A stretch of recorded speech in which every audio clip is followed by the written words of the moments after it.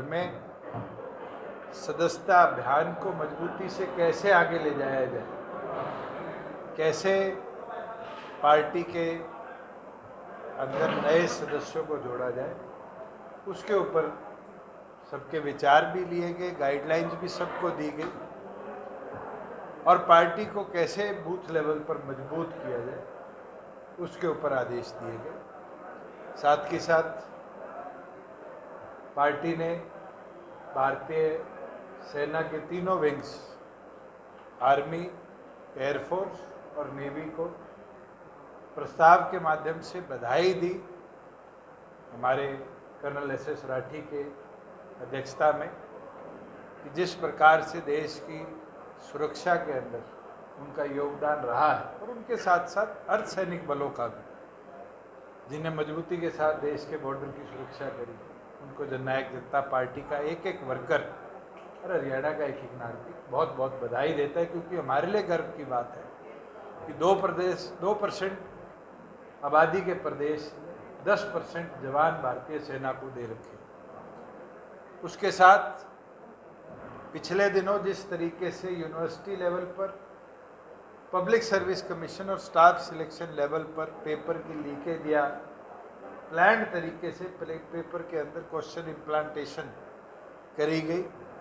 उसके विरुद्ध इंसो के राष्ट्रीय अध्यक्ष प्रदीप देशवाल की तरफ से निंदा प्रस्ताव पारित किया गया। साथ में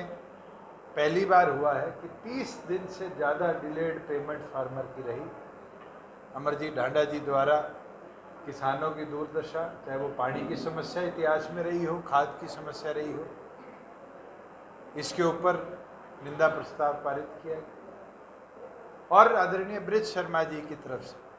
जो आज कानून व्यवस्था प्रदेश भर की है,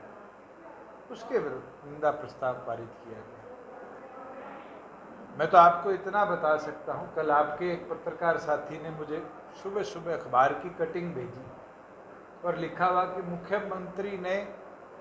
ठेकेदारों की बैठक ली और पुलिस को आदेश दिए। आज जो हालात प्रदेश की है, क्या शराब का व्यापार भी कराने के लिए पुलिस का सहयोग लेने का काम हरियाणा सरकार करेगी? और क्या ऐसी हालत लॉ एंड ऑर्डर की हो चुकी है कि क्या क्रिमिनल्स प्रदेश के अंदर व्यापारी बनकर आम नागरिक, आम व्यापारी को धमकाने लगेंगे? फिर तो कोई एक व्यापार नहीं, आने वाले समय में डॉक्टर्स के ऊपर भी दबाव बढ़ेगा, प्रॉपर्टी डीलरों के ऊपर भी दबाव बढ़ेगा और अनार्की इस प्रदेश में आ जाएगी। 1 साल 3 महीने नायब सैनी जी को प्रदेश के मुख्यमंत्री की 2 बार शपथ लिए हो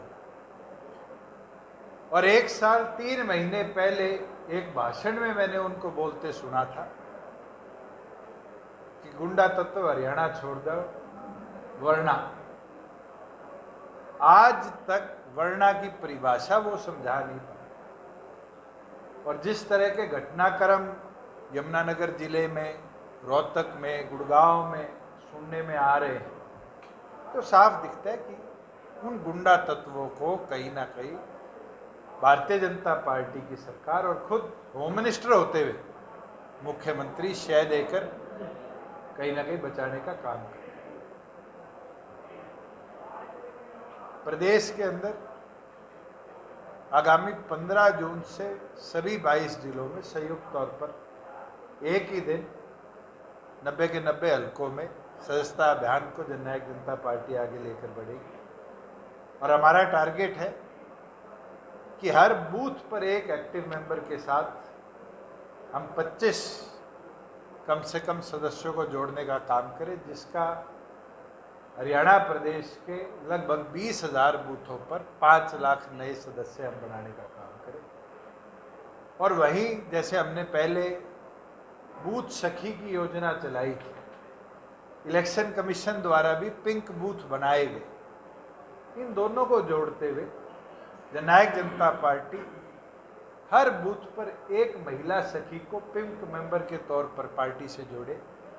इसके उपरांत हमारी महिला अध्यक्षा रजनी दहिया मलिक जी और प्रभारी डॉक्टर किरण पूनिया जी की जिम्मेवारी लगाई गई है कि पार्टी की सदस्यता अभियान को मजबूती से आगे ले जाकर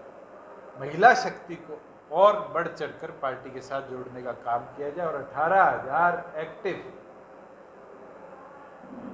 बूथ पर महिला